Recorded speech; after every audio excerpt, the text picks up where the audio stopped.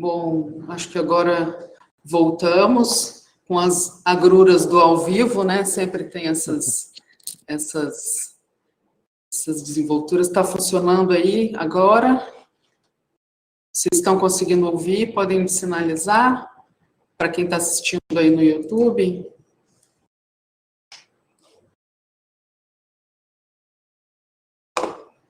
Tá ok.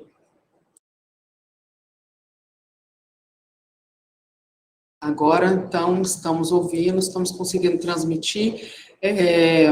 Depois dessa falha técnica, a gente ainda está com os comentários ainda não possíveis, não abertos, mas a nossa equipe está resolvendo isso. Enquanto isso, eu queria pedir, André, que você se apresentasse novamente para as pessoas que a gente teve esses problemas. Tudo bem? Tudo bem, sem problemas. Vamos lá. Acontece. Acho que com mais frequência do que a gente gostaria, né? Mas eu sou, então, André Barrense, eu sou diretor do Google for Startups já há quase 5 anos aqui no Brasil.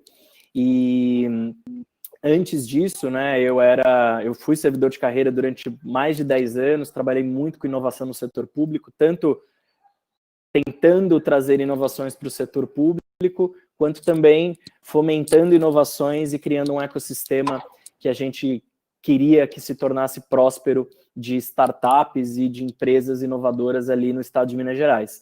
Para quem não conseguiu acompanhar o princípio, eu vou fazer uma audiodescrição de onde eu estou e sobre mim. Então, eu sou um homem negro, tenho cabelos cacheados, longos agora por causa da quarentena, e meu fundo é um fundo cinza, eu tenho 2 caixas de som, uma máquina fotográfica, acabei de ver aqui, que fala um pouco também das coisas que eu gosto de fazer, como hobbies e coisas que eu me interesso para além de inovação. E estou super animado para a gente conversar aqui um pouquinho com o Guilherme, que é um super expert, e com a Nara, que é quem está fazendo na prática isso no Espírito Santo.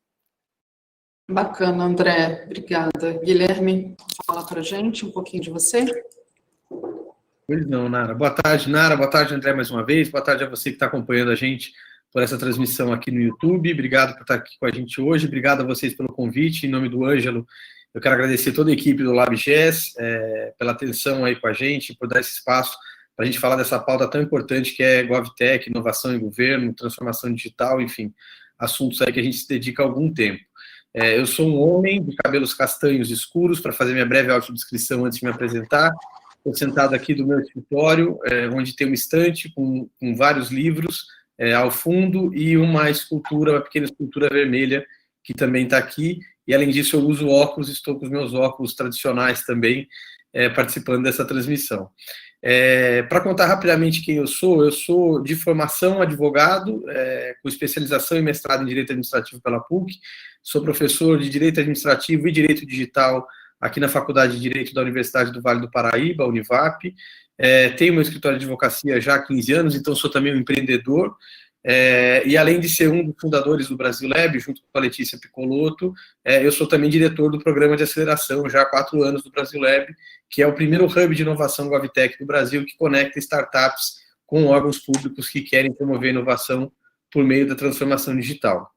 Estou envolvido hoje também com outra iniciativa que já tem mais ou menos o mesmo tempo de vida do Brasil Lab, que é o ILDD, o Instituto de Estudos em Liderança, Direito e Desenvolvimento, que é uma escola de formação jurídica pensada para pessoas que querem seguir carreiras jurídicas públicas e para a formação de novas lideranças jurídicas no Brasil. Esse é um resuminho só para a gente começar e aquecer para a nossa conversa. Super obrigado. Já deu para ver que a gente está com grandes feras aí, grandes referências nacionais no tema GovTech, né? Bom, vou fazer minha audiodescrição e minha apresentação. Sou Nara Calimã, eu sou branca, tenho os cabelos médios, de comprimento médio, castanhos, com as pontas mais claras, estou vestindo uma blusa preta, uso óculos. No meu fundo tem um painel com um mapa mundi, com uns pins onde a gente identifica os laboratórios pelo mundo onde a gente se inspira.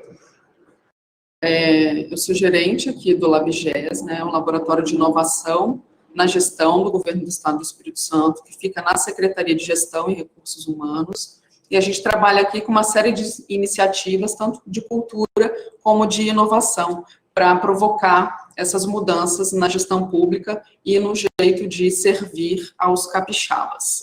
Então, é isso. Sem mais delongas, que a gente já teve aí um tempinho bem comido aí, pelos problemas técnicos, a gente vai estruturar em 3 blocos de perguntas, né? Um bloco introdutório, onde a gente vai falar sobre as startups e as parcerias com o setor público. E aí, eu já queria passar a bola para vocês, nesse conceito de startups, assim, o que é uma startup? O que é uma GovTech? Como é que é essa interação e essas conexões? Como essas conexões entre as startups e os governos acontecem? Quem quer começar? André? Posso começar, então eu vou falar a primeira parte, depois eu chamo o Guilherme aí para falar sobre também a perspectiva dele, especificamente sobre as GovTechs. Então, acho que startup se você perguntar para 10 pessoas diferentes, provavelmente 10 vão te dar conceitos diferentes do que é uma startup. Mas eu gosto bastante de um conceito, né, que é um conceito de um cara que chama Paul Graham, e ele fala muito sobre, acho que alguns elementos são importantes, né? Então, startups basicamente são empresas nascentes que têm base de tecnologia, né? Então usam tecnologia para construir produtos ou serviços que têm característica de serem extremamente escaláveis, que é uma palavra que a gente escuta bastante, né? Então, a capacidade de você escalar muito o seu serviço, mas que estão sendo construídas em condições de extrema incerteza, né? E aí, esse é um ponto bastante importante dentro do conceito, da conceituação de uma startup, porque a startup, ela, por natureza, ela nasce com muito mais probabilidade de dar errado do que de dar certo. E isso fala muito sobre o quanto essas empresas, né, essas entidades, elas têm de inovação no seu DNA, ou seja, elas estão tentando ou construindo produtos e serviços e soluções que provavelmente ainda não existiam, ou que são grandes evoluções ou evoluções de soluções que existem hoje, mas que elas estão construindo ou pensam em construir algo que a gente fala que tem que ser pelo menos 10 vezes melhor, né? Então, acho que esse é um conceito amplo, mas que dá para entender, acho que bastante bem o que a gente está falando. Então, inovação, escala, extremas condições de incerteza, né, e, obviamente, bastante risco. Então, acho que isso envolve todo o conceito do que a gente pensa quando a gente pensa numa startup. As GovTechs, aí na minha perspectiva, elas são startups, mas que estão construindo soluções que podem endereçar desafios que os governos, e aí os governos em diferentes níveis e diferentes áreas, inclusive poderes diferentes, têm como organizações, né, para atender melhor os seus usuários. Então, se a gente pensar que o fim ou a razão principal de um governo é melhor atender os seus cidadãos, que são os seus usuários, né, os seus principais, ou a sua principal razão de ser, as GovTechs, elas seriam startups que têm soluções que podem justamente ajudar esses governos a entregar mais para os seus cidadãos, tornando eles mais eficientes, tornando os governos mais eficazes e efetivos em como eles entregam essas soluções ou esse valor para o cidadão. Então, eu acho que, de uma maneira bem resumida, Guilherme, e aí você pode completar, discordar ou concordar, eu vejo assim as startups e como isso se traduz nas GovTechs. Eu não poderia concordar mais, não teria como fazer melhor uma descrição tão rápida de duas coisas tão difíceis, né? Porque esse conceito de startup, como o André colocou, é exatamente isso, você vai falar, tem gente que, por exemplo, sustenta que o Google, a Amazon são startups até hoje também por causa desse crescimento acelerado e desse uso intensivo de tecnologia, né? Nasceram startups e tem essa mentalidade startup até hoje, mas tentando botar numa caixinha, eu acho que o André foi perfeito, quer dizer, uso intensivo de tecnologia, escalabilidade e novos modelos de negócio, né, também, além da incerteza, eu acho que são empresas que tentam sempre pensar novas formas de organizar, quando a gente está pensando na iniciativa privada, em atividade econômica ou prestação de serviços, elas vão reorganizar os modelos de negócio que eram existentes. É só a gente usar um exemplo que é fácil de todo mundo que está aí acompanhando entender. O Uber, por exemplo, ou qualquer outro serviço de compartilhamento que reinventou o mercado por meio dos quais as pessoas se deslocavam individualmente, né, que era tradicionalmente exercido por meio do táxi, e de repente veio essas plataformas que revolucionaram não só a forma como a gente se desloca nas cidades, mas até mesmo como se entrega comida, pede comida, courrier, enfim, uma série de outros incentivos. E na parte de GovTech, exatamente o que o André falou, quer dizer, pensar em usar a tecnologia a partir desses novos modelos de negócios, com uso intensivo de tecnologia, para melhorar serviços públicos, né? Hoje eu tenho até defendido uma abordagem um pouquinho mais ampla quando a gente fala de GovTech, no sentido de que ele é, ao mesmo tempo, um segmento de atuação de startups. Então, como a gente tem as fintechs, quando é na área financeira, healthtech na área de saúde, edtech na área de educação, tem as GovTechs, que são as pensadas em solução, inicialmente pensadas para solução de governo, né? Mas hoje, como o André também bem colocou, elas, na verdade, já têm um leque de atuação muito mais amplo, porque envolve também o legislativo, já tem quem diga que existem as legistechs e o judiciário, que daí são as lawtechs ou legaltechs, enfim, né, relacionadas a atividades jurídicas. Mas eu acho que o mais importante do que a nomenclatura é a gente entender, tem um filósofo de direito, que é o Genaro Carioca, ele diz isso: classificação não tem certo e errado, tem útil ou inútil, né? Então, se ela serve para alguma finalidade, vai ajudar a gente a organizar o nosso raciocínio. E o que eu acho que é importante também é que as GovTechs, além de pensarem, de serem, então, soluções desenvolvidas por startup, pensadas para o governo, eu gosto de pensá-las também como pensadas para resolver problemas públicos, né? E isso daí tem todo esse outro campo da Civic Techs, quer dizer, que são como é que a gente amplia a participação popular em processo de decisão, tem uma série de temas que a gente pode colocar. Mas eu gosto de pensar problemas públicos por quê? Porque o campo de atuação delas é gigantesco na área de governo, principalmente poder executivo, no nível municipal, estadual e federal, né? Mas muito grande ainda também, porque tem muitas atividades que o judiciário e o legislativo fazem, que são o que a gente chama de função administrativa, né? Que é fazer compras públicas, quer dizer, tribunal também tem que fazer obra, tem que licitar a obra, tem que monitorar a obra, o poder legislativo é a mesma coisa, tem que contratar servidor público, fazer concurso público. Então, eu acho que hoje esse campo está muito ampliado, e, ao mesmo tempo, ele é também uma nova forma de organização e de parceria público-privada, que é isso que eu acho que é muito interessante, a gente pensar outros arranjos institucionais que, a partir do uso da tecnologia, a gente pode criar novas formas de parceria e de prestação de serviço entre eles. Perfeito, acho que já dá uma visão bastante ampla aí do que é e do potencial de geração de valor social e de impacto social que as startups podem ter atuando junto ao setor público e na melhoria da eficiência da gestão pública também, que eu acho que são panoramas fundamentais aí nessa perspectiva de GovTechs. Agora, eu quero fazer uma provocação para vocês que falem um pouquinho sobre cenários e perspectivas do mercado para as GovTechs.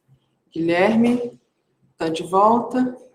Estou de volta, desculpa, eu precisei espirrar, gente. Eu tive que sair para espirrar. Também acontece, desculpa. Também acontece. Também acontece no ao vivo. Interações humanas. Vou achar divertido você passar o seu filho aí atrás, Guilherme, vai ser bacana. A gente é humano, bacana. Então, só voltando, o cenário e as perspectivas de mercado, né? Como é que está esse cenário no Brasil, no mundo? O que vocês têm de percepção do que está acontecendo nessa área? Bom, eu posso começar. O Guilherme também. Então vai lá, Guilherme, vai lá. Eu tinha combinado que a gente ia falar para o André falar sempre antes pela ordem alfabética, mas eu tô... Eu fiz pegadinha e inverti, né? Não, mas tá perfeito. Vai lá, Guilherme. Eu acho que hoje o que a gente tem visualizado é assim, tem uma mentalidade no ambiente empreendedor, né, que o André também conhece muito bem, é que todo bom empreendedor ele precisa, na verdade, se apaixonar pelo problema mais do que pela solução que ele desenvolveu, né? Quer dizer, entender a dor que ele quer resolver, que ele quer enfrentar, ele precisa de um bom problema para ter uma boa solução e, com isso, desenvolver um bom produto, e é assim que ele vai ter retorno em cima da solução dele. Eu acho que no campo público, como a gente sabe que o Brasil tem vários desafios, né?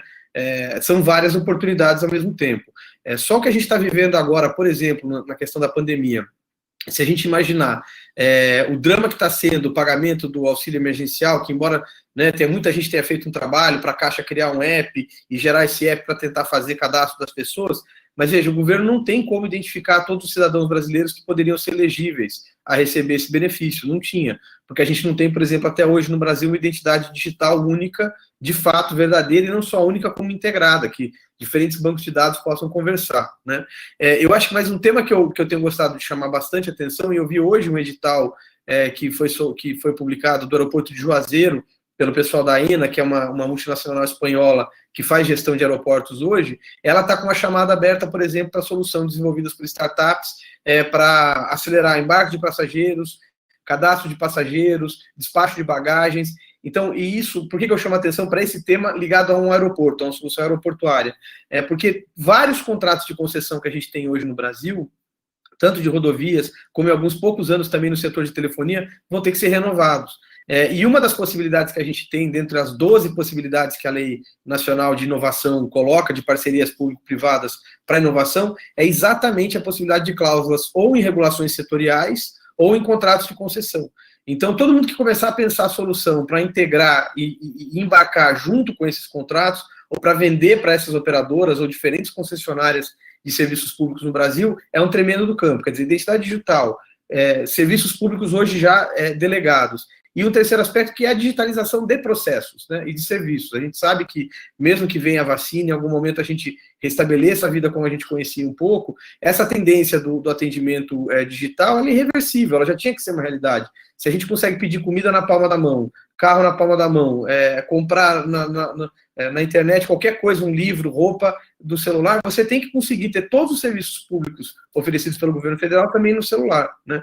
Então, todos esses esforços para digitalização, que envolvam essa digitalização de atendimento e de prestação de serviço, com certeza geram um campo gigantesco de oportunidades. Eu queria complementar, acho que o que o Guilherme falou, que foi já muito, acho que muito cirúrgico, né, em relação, inclusive, a essas novas perspectivas, né, que a gente pode olhar de uma maneira mais ampliada sobre como, então, gerar conexões entre startups e governo, mas eu acho que é importante a gente também dar uma olhada no lado da oferta, né? Então, assim, a oferta, quando a gente pensa no ecossistema de startups e de empreendedores que estão criando soluções de tecnologia no Brasil, eu costumo dizer que a gente nunca teve num momento tão oportuno, né?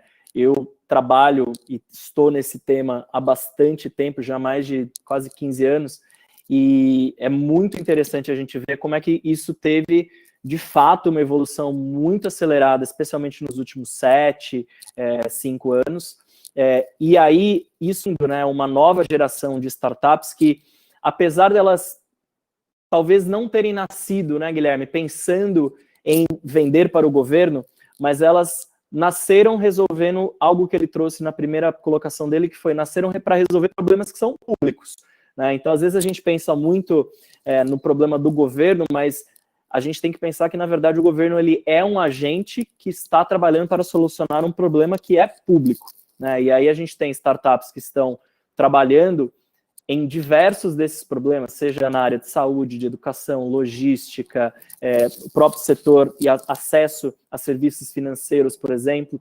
E aí eu vejo esse campo, né, de possibilidades e possíveis parcerias, ele se ampliar muito, porque se antes a desculpa ou a dificuldade era que não havia oferta suficiente, hoje você já tem um número muito maior que pode gerar, inclusive, uma competição mais adequada, que vai trazer benefícios enormes e a melhor solução para o governo contratá-la, né? Ou para a iniciativa privada criar uma parceria através, por exemplo, de um contrato de concessão, por exemplo, como o Guilherme trouxe.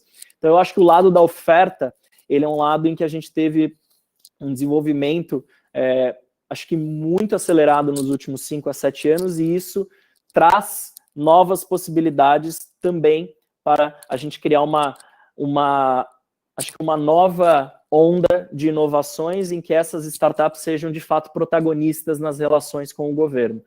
E aí, eu acho que o segundo ponto também, que o Guilherme também trouxe de uma maneira muito, muito feliz, eu acho que diz respeito a esses novos modelos, né, e novas formas de prestação de serviços que, querendo ou não, o que a gente viveu nas últimas semanas e nos últimos meses foi uma transformação digital quase que forçada, né? Então, eu conversava com um amigo meu na última semana e ele falou, olha, acho que de fato a gente entrou no século XXI agora, né? De uma maneira meio abrupta, não estávamos de fato prontos, mas ao mesmo tempo agora a gente tem uma necessidade muito premente e aí isso gera uma quantidade possível de inovações que talvez a gente demoraria ainda alguns anos para ver florescer, principalmente quando a gente pensa em organizações mais tradicionais, como é o caso de governos. Então, eu não tenho a menor dúvida, né, que quando a gente pensa em alguns temas como, por exemplo, telemedicina, né, telemedicina num país com as dimensões continentais como as que tem o Brasil, a gente só regulamentou o uso da telemedicina agora, durante o período da pandemia, quando isso já estava disponível como tecnologia há pelo menos alguns anos, né, e que poderia se tornar uma forma acessível, cada vez mais barata, de prover um atendimento, um serviço de saúde, onde possivelmente a gente não consegue chegar com uma infraestrutura pública de atendimento e prestação de serviços de saúde. A mesma coisa acontece com a educação, né? De repente, todo mundo teve que ir para o modelo remoto. A gente conversava aqui sobre o trabalho remoto, né? O teletrabalho. Então, a gente vai ver, acho que, várias dessas ondas que muito provavelmente vão ter movimentos que não vão ter retorno, né? Mas que vão também abrir campos para que a gente tenha inovações e, consequentemente, startups provendo, criando e parcerizando com o governo para conseguir endereçar. E se eu puder só até completar, porque na linha do que o André falou, essa é exatamente o caminho, né, puxando a brasa um pouco para a sardinha aqui do Brasil Lab, mas foi exatamente essa a ideia, o Drive 4 anos atrás, né? E o André sabe porque ele é apoiador desse projeto desde o dia 1, é nosso mentor lá no Brasil Lab até hoje. Você conseguiu para a gente o espaço do Google for Startups Campus para a gente fazer a aceleração das startups, que era assim, quer dizer, quem quer falar em B2G? Ninguém falava Business to Government 4 anos atrás no Brasil.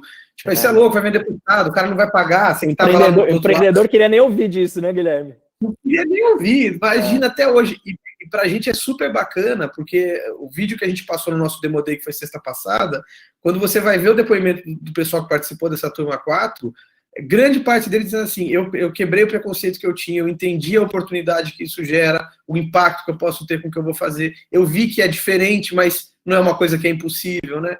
Então, eu acho que isso é verdade, quer dizer, o momento que o ecossistema brasileiro vive, em geral, de startups, de empreendedorismo, é muito, muito propício para quem está, porque tem dinheiro, tem estímulo, tem qualidade de conhecimento, né, André? Quer dizer, tudo que o Google faz, a quantidade de eventos e outras instituições como o Cubo, né, enfim, o InovaBra, a gente tem a quantidade de ecossistemas, e agora o LabGES, e também lá o Porto Digital em Recife, quer dizer, é o Brasil inteiro já que está conectado nessa onda, né? E eu acho que mais do que, como você bem falou, se antes era uma tendência, acho que agora a transformação digital virou imperativo, né? Não tem mais como fugir, não é mais tendência, é imperativo, é ordem do dia, tem que, é necessário, é imprescindível, não tem mais como problematizar isso.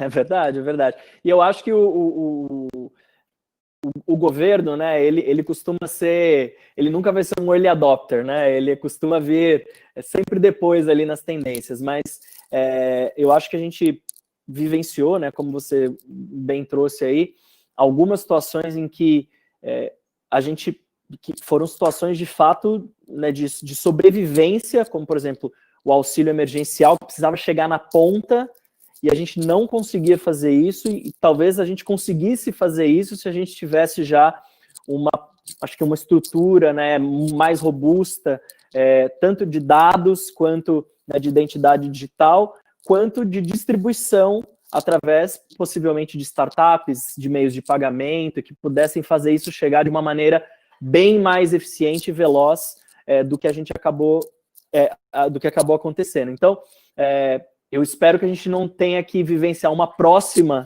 né, situação como essa, para, de fato, a gente dar passos mais significativos em temas que a gente já entendeu que são marcos de não retorno.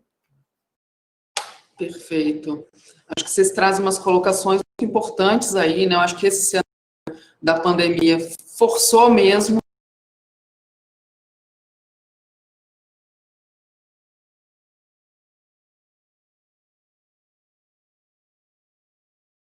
adote... Vocês estão me ouvindo? Agora sim, tinha congelado um pouquinho. Agora sim. Que os governos adotem mais soluções tecnológicas que possam contribuir para melhores serviços para o cidadão, para agilizar atendimentos em saúde e de educação, enfim. Eu acho que esse cenário dá essa forçada, né, onde a gente tem, acho que um grande campo de experimentação, uma pena que seja experimentação, como o André falou, mas ainda assim uma oportunidade. Bom se a gente já tivesse mais avançado, né, mas grandes oportunidades aí para boas parcerias e contratações de startups que têm essas soluções que podem ajudar o governo nesses grandes desafios para melhorar os serviços públicos. E aí a gente entra já nessas últimas questões que eu acho que são bastante relevantes, né? Quais são as oportunidades, que oportunidades acontecem, a gente falou já um pouquinho aí, né? Vocês já falaram, que oportunidades a gente tem disponíveis e como a gente pode ampliar isso para que esses desafios de governo possam ser endereçados às startups e que a gente facilite a própria contratação das startups pelo governo, né? A gente tem aí uns caminhos desenhados, eu queria convidar o Guilherme para falar aí com essa estrada longa do direito e atuando com o Brasil Lab nessa área jurídica, pode falar um pouquinho para a gente. Legal, não, vai ser um prazer. Eu vou só até aproveitar para mandar um abraço para o Thales Luan Dias, que está nos acompanhando, a Mariana Salles, e o Ângelo nos passou aqui a sugestão de pedir para o pessoal recarregar a página, quem está acompanhando pelo YouTube, que se vocês recarregarem, vocês vão conseguir fazer o comentário, caso alguém não esteja fazendo. Eu estou acompanhando a transmissão aqui também, a gente já está com mais de 60 pessoas agora aqui, que é o que eu gosto de dizer, seria um pequeno auditório cheio, e é muito bacana. Obrigado, pessoal, que está acompanhando a gente aí. Eu acho que hoje, esse tema específico da contratação é uma barreira, né? E o André vai ter uma experiência grande com isso quando ele estava lá no governo de Minas e começando os primeiros pilotos que a gente sabe que tiveram, foi lá o CID, todo esse projeto que foi feito lá atrás, né? Com essa ideia de agregar, de trazer, quer dizer, bem essa visão de ecossistema mesmo. Eu acho que hoje a gente a gente está faltando uma última etapa, né? Quer dizer, porque são situações diferentes. Já existem soluções prontas e feitas que podem ser vendidas para a iniciativa privada e que também podem ser vendidas para o governo. Por exemplo, a gente agora, na nossa força-tarefa Covid-19, está acelerando o pessoal da ClickSign, que faz assinatura eletrônica de documentos. Eles já têm alguma experiência relacionadas com o governo, mas mais na área das entidades paraestatais, como, né, Sistema S, etc. E estão querendo entender que barreiras que eles precisam romper ainda para conseguir fazer com que a assinatura eletrônica de documentos seja uma realidade, que não é, infelizmente ainda não é, na maioria dos governos que a gente tem aqui. Então, uma coisa é quando você tem produtos que já estão formatados e você precisa só transferir algum ajuste para o B2G, quer dizer, para a venda para o governo, e outra coisa é quando a administração pública não sabe exatamente o que ela quer contratar, ou se aquelas tecnologias que já existem vão, de fato, ter aderência, porque você tem um desafio tecnológico, técnico, né? Essa tecnologia vai se conectar com servidor, com processadores de computadores daquela prefeitura, por exemplo, mas tem um desafio adaptativo, comportamental. As pessoas vão usar, né? Vão alimentar as bases de dados que você tem que fazer, então vai fazer o prontuário eletrônico, o médico vai ficar todo dia alimentando aquelas informações corretamente, vai fazer isso de maneira integrada. Então, para essas situações, é que eu acho que falta o que a gente tem defendido, que é o termo de colaboração para teste de inovação. Foi uma sugestão que a gente apresentou no âmbito do grupo interministerial que estava discutindo o marco legal de startups e empreendedorismo inovador no Brasil.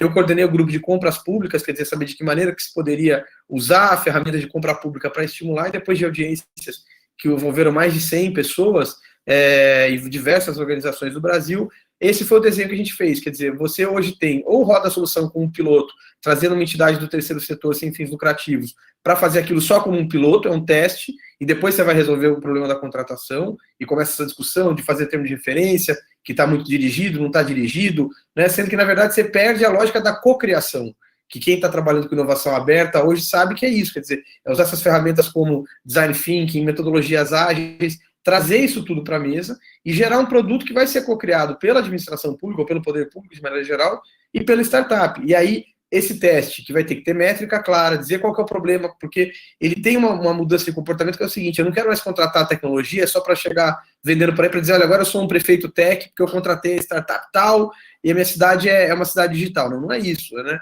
Você identificou um problema, chamou a comunidade para apresentar, e pode ser startup ou não startup, mas a gente acha que vai estimular muito, né, principalmente para as startups, e em cidades que tenham uma densidade universitária grande. Tem métrica, tem pelo menos uma pessoa numa comissão de avaliação, vai fazer o piloto de 6 meses a 1 ano, esse piloto deu certo, você induz uma contratação direta já por até 2 anos para justificar aquele período do teste, e porque essa solução foi de fato co-criada, né? E o Espírito Santo é pioneiro nisso, liderado pelo Yuri, lá na Procuradoria do Estado. Eles participaram dessas conversas, eu tive a oportunidade de estar aí falando do Espírito Santo em Ação, e acolheram muitas dessas sugestões na lei estadual que existe hoje aí no Espírito Santo, que inclusive tem uma modalidade de fomento, com repasse de recurso financeiro. Eu acho que esse que é um caminho, quer dizer, você encontrar essas soluções de cocriação, mas garantir que vai ter o contrato, porque o problema não é gente, como o André já bem colocou, não é gente disposta a ter solução e a empregar, mas é o cara depois ter que entrar na concorrência com uma pessoa que faz suprimento de informática só, não é startup, diz que vai desenvolver aquela solução, não entrega, a administração perde 6 meses fazendo aquilo ali, porque a gente não tem na legislação brasileira hoje, não existe teste, não existe uma modalidade. A gente sabe, por experiência, que grandes empresas de tecnologia assinam ordem de serviço, fazem piloto, fazem demonstração de software, coisas que não estão na lei e que o gestor depois fica com risco de algum órgão de controle dizer, olha, mas como é que você fez, com base em quê? E ainda com toda a questão de compartilhamento de dados, né, acesso a dados públicos, que vem de reboque, a reboque disso daí, né? Eu acho que o Guilherme trouxe, pontos bem importantes aí, né? Eu acho que eu queria até aproveitar esse último ponto que ele trouxe para parabenizar, por exemplo, iniciativas como o LabGES, né? Porque eu acho que é todo um processo de conexão, mas também de compreensão, né? Porque eu acho que o que acaba gerando essas relações que, de alguma maneira, não entregam os resultados que você pretende, é também um desconhecimento do lado dos empreendedores de como funciona o governo e do lado do governo de como ele poderia se beneficiar mais desses processos de cocriação e aproximação e teste, né, para sim você chegar à melhor inovação ou solução possível para ser implementada. Então, acho que iniciativas ou estruturas dentro de governos, laboratórios, né, que a gente fala, que sejam capazes de fazer isso, tanto para dentro do Poder Executivo, mas também fazendo uma construção com os organismos de controle e trazendo para eles, trazendo mais próximo esses organismos de como está acontecendo esse processo, é sempre benéfico. O que eu acho também é que, de fato, não existe inovação sem erro, né? Então, a questão da cultura no setor público, ela ainda é muito dura e punitiva, né? Então, eu fui servidor de carreira, eu sou formado em administração pública e sou formado em direito, eu falo que eu sou advogado em reabilitação, rehab, né? Mas todo o arcabouço jurídico que envolve a administração pública é um arcabouço que ele é um arcabouço que pune, né, pelo erro, né? E isso é muito duro para o agente público que se coloca como um agente de inovação. Então, acho que essa mudança da cultura, ela tem que vir conectada com as mudanças legislativas que o Guilherme também trouxe, né? Acho que não consigo entender, né, como a gente ainda acredita que, né, seremos capazes de colocar 100%, né, de detalhes num termo de referência ou num contrato, e aquilo que vai estar na letra vai ser exatamente o que vai resolver o meu problema, né? Acho que o mundo é muito mais complexo do que um termo de referência, especialmente a implementação de coisas no mundo, né? A segunda coisa é a gente pensar que tudo vai ser comprado pelo menor preço, né? Não necessariamente o que é mais barato vai trazer o benefício ou o resultado esperado. Isso a gente sabe na nossa vida, né? Então, eu acho que é até uma questão de princípio, né, que a gente precisa trazer mais à administração pública, que é o princípio da eficiência, mas também do melhor uso para a geração do resultado que se pretende. Então, acho que a gente sempre pensa no princípio da eficiência como o menor custo. Não, ele tem o menor custo, mas para produzir o resultado que se pretende. Então, acho que essa é uma discussão super importante que, de novo, né, o Guilherme participou ativamente, eu também tive algumas vezes reunido com a comissão que estava avaliando, né, a legislação do marco das startups. É uma pena que tenha, óbvio, né, caído um pouco de pauta em função de tudo que a gente viveu, mas eu acredito e torço para que volte a pauta justamente porque o momento é muito oportuno, né? Eu acho que nunca vai se demandar tanto para que os governos sejam de fato eficientes, mas atendam e gerem valor e serviços públicos que os cidadãos esperam e precisam no momento que a gente vai passar, né, desse novo normal, né, do que o que a gente tem nas mãos agora. Então, eu penso muito que é uma oportunidade imensa que a gente não pode desperdiçar e que tanto as mudanças culturais quanto as mudanças legislativas vão ser muito importantes para a gente consolidar esse movimento, né? Muito bacana. Vocês trouxeram pontos nevrálgicos, eu acho, da questão, né, para que o governo possa contratar mais soluções, né, a questão das legislações, a questão do próprio modelo mental, da gente poder experimentar e testar, e que esses marcos legais e que essas formas de contratação possibilitem isso. Acho que o Guilherme traz a questão da Lei Complementar 929, que foi lançada no final de 2019 aqui no Espírito Santo, sendo pioneira, né, a gente dando esse passo importante aí para começar a facilitar e a concretizar essas contratações, né. Existem muitas oportunidades que a gente vê, eu acho que talvez, eu não sei se foi o primeiro, mas assim, uma grande referência que a gente teve aqui foi o Pitgov São Paulo, né, com o edital, um concurso de inovação aberto, acho que foi uma primeira oportunidade com mais notoriedade, depois vieram outras referências, o próprio CID, né, com oportunidades para problemas de governo. Eu acho que o IdeaGov lá de São Paulo, né, que é o hub de inovação, que está agora com desafios para a Covid, e a gente está aqui no Espírito Santo, aliás, estamos nos últimos dias aí de inscrição, estamos com as inscrições abertas aí até o dia 28, sexta-feira, com o nosso Pitgov Espírito Santo. São 16 desafios para startups de 7 áreas temáticas dentro do governo, né, endereçados para diferentes secretarias. Então, uma grande oportunidade para as startups que estão com soluções já num nível de maturidade maior, poderem ter uma subvenção de até R$30 mil para testar justamente essa solução no ambiente real dentro do governo, validar essa solução e com possibilidade de contratação não só no nosso governo, mas em outros entes públicos pelo Brasil. Então, uma oportunidade real de testar. E eu, André, adorei a sua frase, o mundo é mais complexo que um TR. Então, eu acho que é perfeito. Que bom, né? Que bom. Que bom, né? Então, que a gente tem essa mentalidade, né, de possibilitar a experimentação, possibilitar o teste, e que toda essa tecnologia e esse modelo mental, e essa facilidade de entender usando ferramentas, entender o cidadão usando ferramentas como o Design Thinking, que ela seja incorporada também pelo governo. Eu acho que um grande desafio é a gente fazer esses dois entes conversarem, né, que são linguagens diferentes. E a gente tem trabalhado aqui no Pitgov, junto com a Associação Brasileira de Startups, que realiza o Pitgov com a gente, e a Fundação de Amparo à Pesquisa, a nossa FAPES, justamente, além de solucionar os problemas, mas quando a gente bota esses entes para conversar e entender quais são as dores, as dificuldades que um tem com relação ao outro, né, tanto dos servidores públicos com as startups e das startups em como o governo funciona. Então, facilitar essas interações, entender quais são as expectativas e as dores, eu acho que é fundamental para que esse laço se estreite, que a gente possa contratar soluções que podem melhorar a eficiência, gerar valor e gerar impacto para a sociedade, que é a principal função aí do governo, né, e a principal expectativa também das startups, que isso possa ajudar a movimentar a economia, especialmente nesse momento, em todos os momentos, mas especialmente no momento em que a gente vive.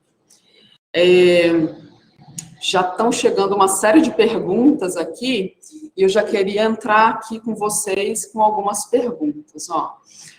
Pergunta da Rayane Carantino: como impulsionar o governo a procurar parcerias com startups para tornar mais célere os serviços públicos. Alguém quer? Eu posso começar aqui. Eu acho que, assim, a primeira coisa em qualquer processo, né, de criação ou de inovação, como mesmo o próprio Guilherme trouxe, é você entender ou partir de um problema, né, e você não sair caçando ou construindo uma solução sem saber exatamente para que você está fazendo aquilo, né? Então é o que a gente fala de uma solução orientada por um problema, né? Porque, de fato, eu acho que você tentar buscar, né? Ou você falar, não, vou inovar no governo, né?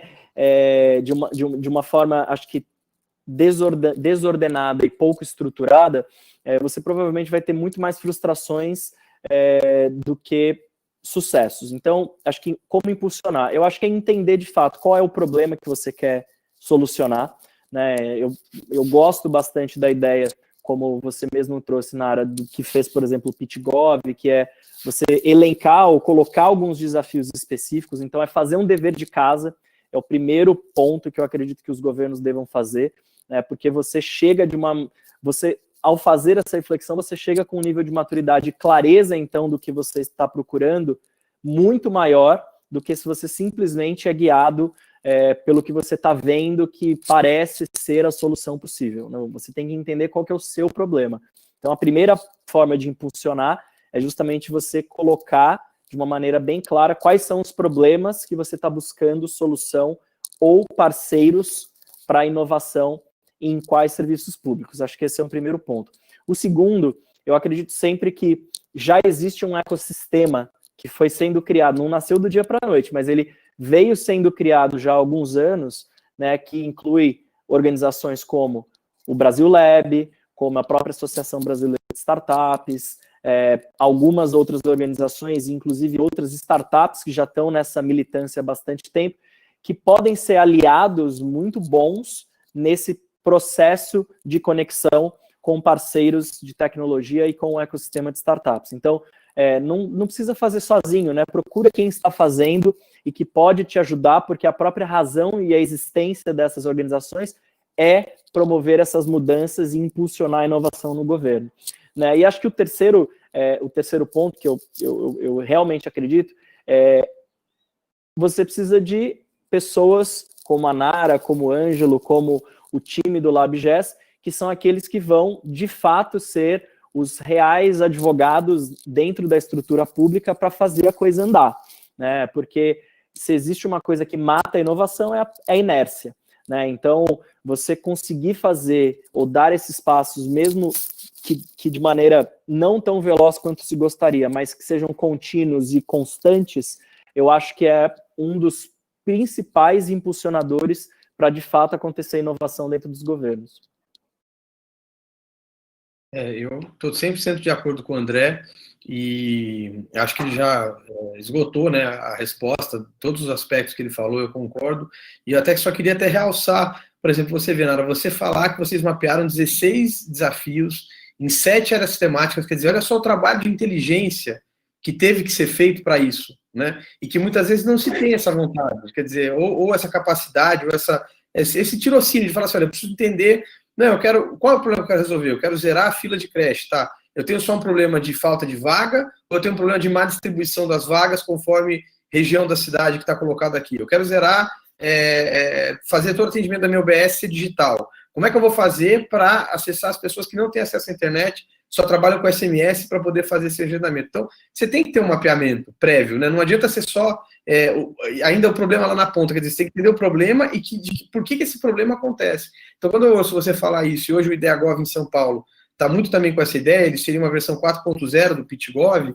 porque era isso, você tinha a questão do desafio, e ele já tentou englobar outros casos e outros atores também dentro do governo, porque o governo não é uma coisa só, né? A gente fala assim, o governo. Bom, o governo, quantas secretarias existem no governo do Estado do Espírito Santo? Cada secretaria tem uma diretoria, cada diretoria não sei quantos supervisores. Então você vai falar, são grupos diferentes, né? A gente sabe que essa falta de diálogo, de coordenação interinstitucional, às vezes também atrapalha. Então a primeira coisa é fazer esse mapeamento. Eu tenho batido muito na tecla dos planos municipais de digitalização. A gente tem que acabar com o voluntarismo. A gente é muito bom no Brasil para ter uma ideia só e tirar do papel e faz um barulho, mas quando olha, ela esvaneceu com 4 anos, depois mudou o mandato, mudou o gestor, você perdeu. A gente precisa saber pensar mais no médio e no longo prazo.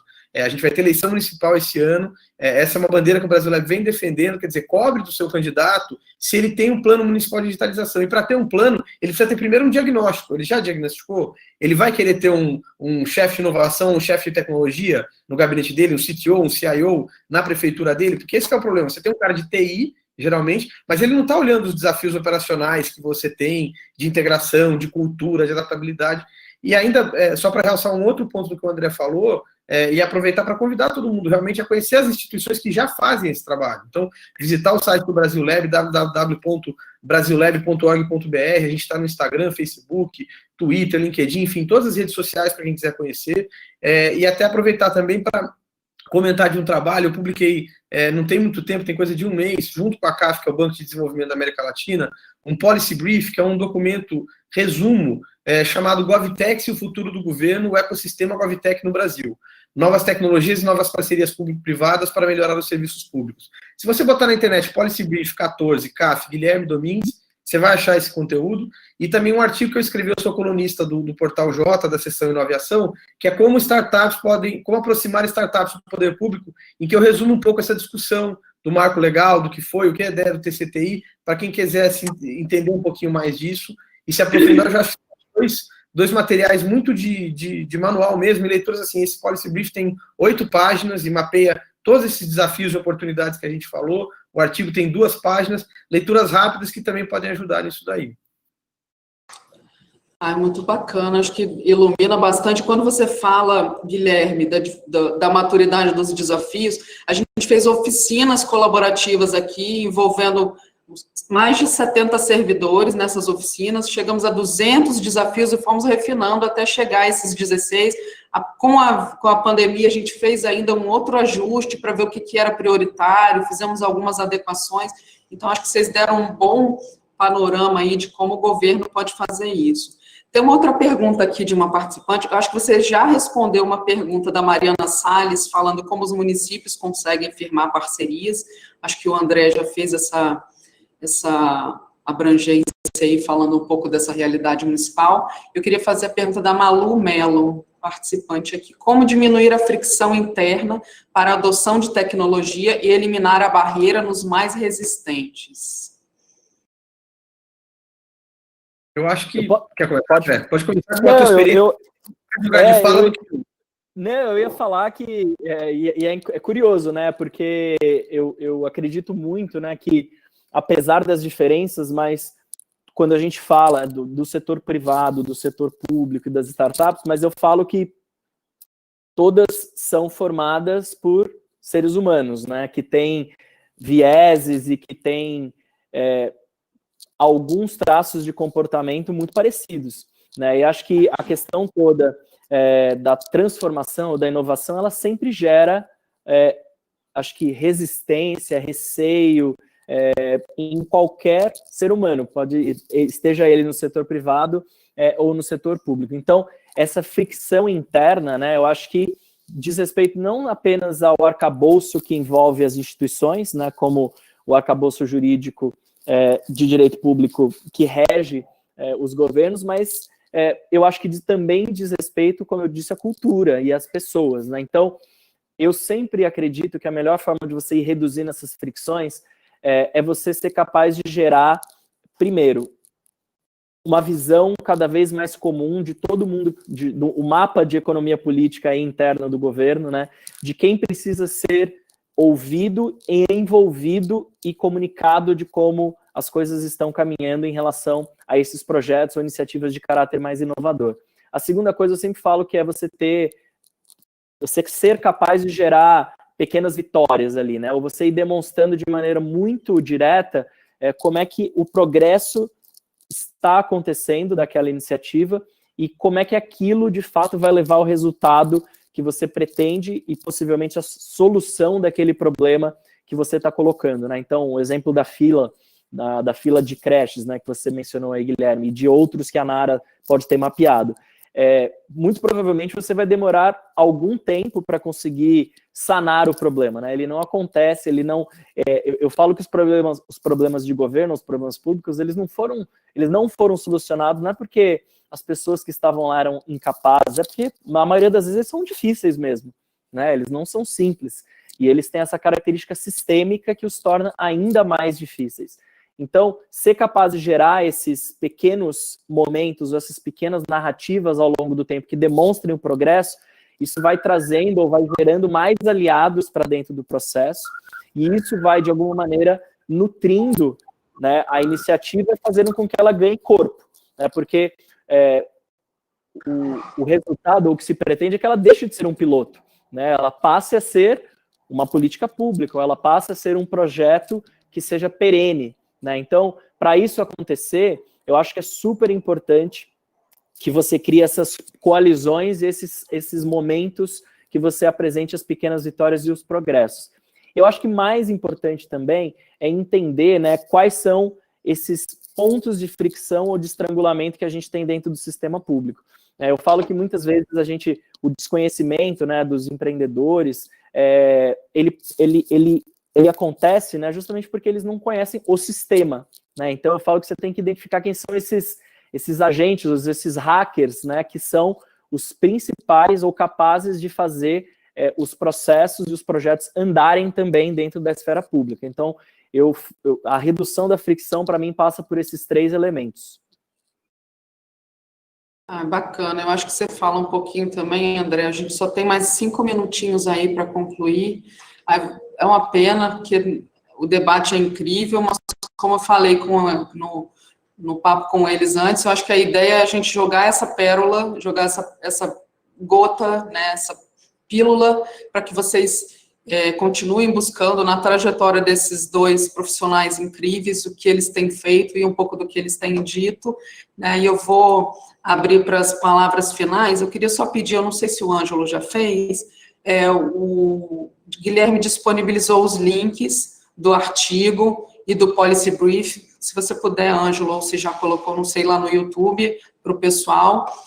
Também vou pedir para colocar o link do site do LabGES, para vocês conhecerem o projeto do PitGov, o edital do PitGov está lá, ainda dá tempo de se inscrever, está aí até o dia 28, sexta-feira. O Sebrae também está fazendo orientações, nosso parceiro aí, então acho que vale a pena também, se precisar de alguma ajuda, fala com a gente via LabGES e a gente conecta com o Sebrae. E eu queria só pedir para vocês fazerem o fechamento, a última mensagem para vocês, com uma perguntinha desafio aqui do Ednei, que para uma startup que ainda não tem governo como cliente, qual o melhor caminho para chegar até o governo e vislumbrar o governo como um cliente? Eu acho que é uma pergunta, provocação, e um tempinho aí para vocês fazerem as colocações finais. Eu diria que a resposta é: procurem o Brasil Lab, procurem iniciativas como a que o Guilherme e a Letícia criaram aí, porque eu de fato acredito muito que essas organizações de conexão, elas são importantíssimas, porque elas vão ajudar os empreendedores a reduzir um esforço tremendo para encontrar qual que é a melhor porta de entrada para interagir com governos ou determinadas áreas do governo. E o Brasil Lab tem, acho que não um mapa, mas um bom Waze aí de como entrar nessas organizações pelas portas corretas, da maneira correta e com a melhor abordagem possível. E então, de fato, né, acho que você talvez não precise começar pensando a sua startup, seu produto, seu modelo de negócio para o governo. Eu até digo que é totalmente normal e até saudável que você faça isso, do ponto de vista da sustentação do seu negócio, mas quando você decidir explorar, né, essa possibilidade, eu acho que vale muito a pena esse tipo de parceiro ao seu lado. E acho que minhas considerações finais, elas são muito parecidas com as iniciais.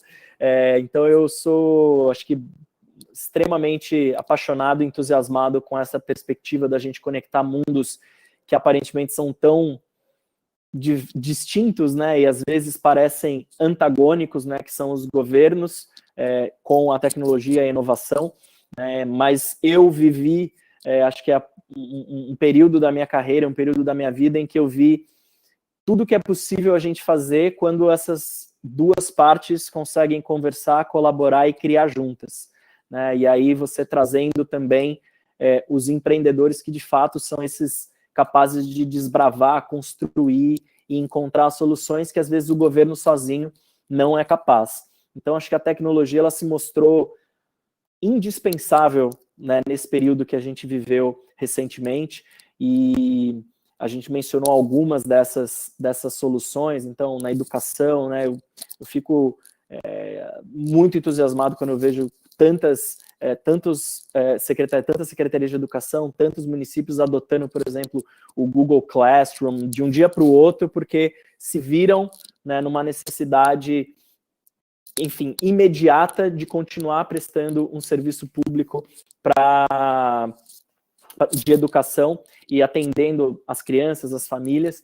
Então, a gente vê que é de fato indispensável, que é de fato possível fazer essa virada de chave, né? Então, eu tenho muito entusiasmo e acho que muita vontade de ver isso de fato se consolidando agora que a gente precisa mais do que nunca do governo como um agente de inovação e de transformação nesse novo mundo que está surgindo. Então, sinto que as startups e os governos, elas vão estar cada vez mais próximos, e eu tenho certeza que os frutos e os resultados disso, a gente que está trabalhando há bastante tempo nessa área, né, Guilherme? A gente vai ver e vai ficar muito feliz e vai se orgulhar de ter participado desse processo. Com certeza. Super obrigada, André. Guilherme? Eu também ia falar com certeza, porque eu acho que exatamente, a colaboração, né? A primeira chave é a colaboração, ela é fundamental. Eu acho que até para responder essa provocação que o Jones fez, e eu vi pelos comentários que ele está mais ligado nessa área de fintech, a primeira coisa é você não tem que ter vergonha de vender. As pessoas também, eu fico imaginando assim, que algum dia vai aparecer uma licitação que vai querer contratar, e não é isso. Você tem mecanismos de contratação direta que o poder público pode fazer, nada te impede de montar um folder, uma pasta com o teu produto, tentar agendar uma área com o secretário que é responsável por aquele tema que você acha que tem mais fit, e você apresentar esse portfólio, despertar no poder público a vontade de contratar. É uma das coisas que a gente trata lá no nosso programa de aceleração, porque muitas vezes você já resolve uma dor e você só quer mostrar, olha, sabe esse seu problema aqui que é recorrente? Como, por exemplo, a gente tem lá o GESUAS, que é uma solução genial para a gestão do Sistema Único de Assistência Social.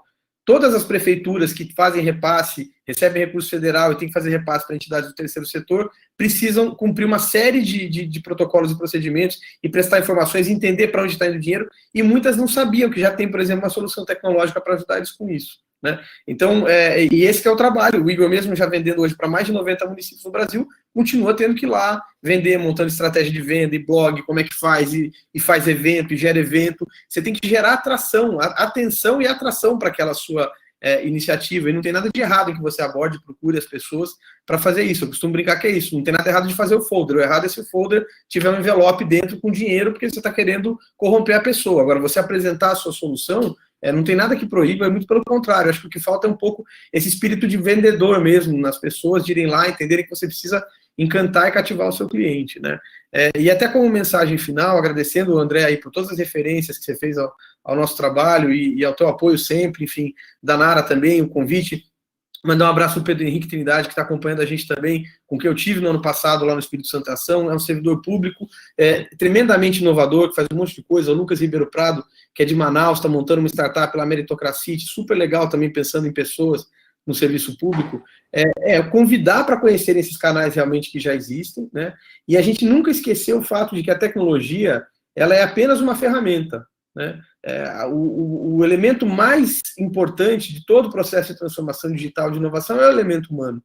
Então a gente sempre tem que ter essa perspectiva de como eu vou conectar em torno da tecnologia, ou a favor da tecnologia, ou graças à tecnologia, para alcançar esses outros objetivos públicos que se tenha de maneira mais clara, né? Com certeza um espaço como esse que a gente teve hoje, essa chance de trocar aqui e conversar, sempre gera uma sinapse nova. Eu falo que eu gosto muito disso, desse processo de sinapses humanas, em que a gente vai gerando essas conexões e vão saindo novas ideias e novas iniciativas, e quando a gente vê isso, a gente teve lá, o Espírito Santo já fez a lei antes do governo federal, e a coisa vai acontecendo, e a transformação, eu também acho, André, eu acho que algum dia vamos botar essa conversa aqui numa cápsula do tempo, e daqui 4 anos a gente vai rever ela e vamos falar, nossa, olha só, teve isso, teve aquilo que a gente falou, aconteceu muito mais, vai ser com certeza muito legal. Muito obrigado de novo pelo convite e pela atenção de todo mundo que acompanhou a gente até aqui. Ai, super obrigada. Guilherme, eu acho que eu vou guardar essa sua fala da cápsula do tempo, a gente vai ter esse vídeo gravado, quem sabe a gente não faz um meetup 4 anos depois e a gente abre essa cápsula do tempo e vai ver o que aconteceu aqui, se existir LabGES, né, porque as coisas mudam também, então a gente não sabe o que vai acontecer na semana que vem, que dirá daqui a 4 anos. Quem sabe se a gente estiver por aqui, né, a gente fazer essa provocação, mas eu queria, antes de encerrar o nosso evento, agradecer imensamente a participação de vocês, André, Guilherme. Acho que a gente não podia ter começado o Meetup Online com uma discussão melhor, com uma bagagem, com experiência, com pessoas incríveis e maravilhosas que puderam dividir um pouquinho da experiência, da bagagem e do que vocês têm feito e que realmente faz a diferença não só para o governo, mas acho que para a sociedade brasileira, né? São ações que realmente têm impacto social do que vocês têm feito e a gente é super grato por vocês terem dividido essa experiência aqui. E eu queria agradecer também a todos que participaram com a gente aí no YouTube, que fizeram comentários, que fizeram perguntas, muito obrigado. A gente fica aqui sempre à disposição. E vamos ter uma pesquisa. Quem se inscreveu pelo Simpla, a gente vai enviar uma pesquisa por e-mail só para ter um feedback aí de como é que foi esse evento. Mas muito obrigada, estou muito feliz. A gente foi um pouquinho mais do tempo, mas porque se deixasse a gente ficaria aqui o dia inteiro, né? Muito obrigada a todos que participaram, André, Guilherme, um grande beijo e até uma próxima. Sucesso para vocês. Obrigado, Nara. Valeu, Guilherme. Obrigado a todo mundo. Obrigado, André, Nara. Obrigado, hein, pessoal. Valeu, um abraço. Tchau, tchau. Tchau. Até a próxima.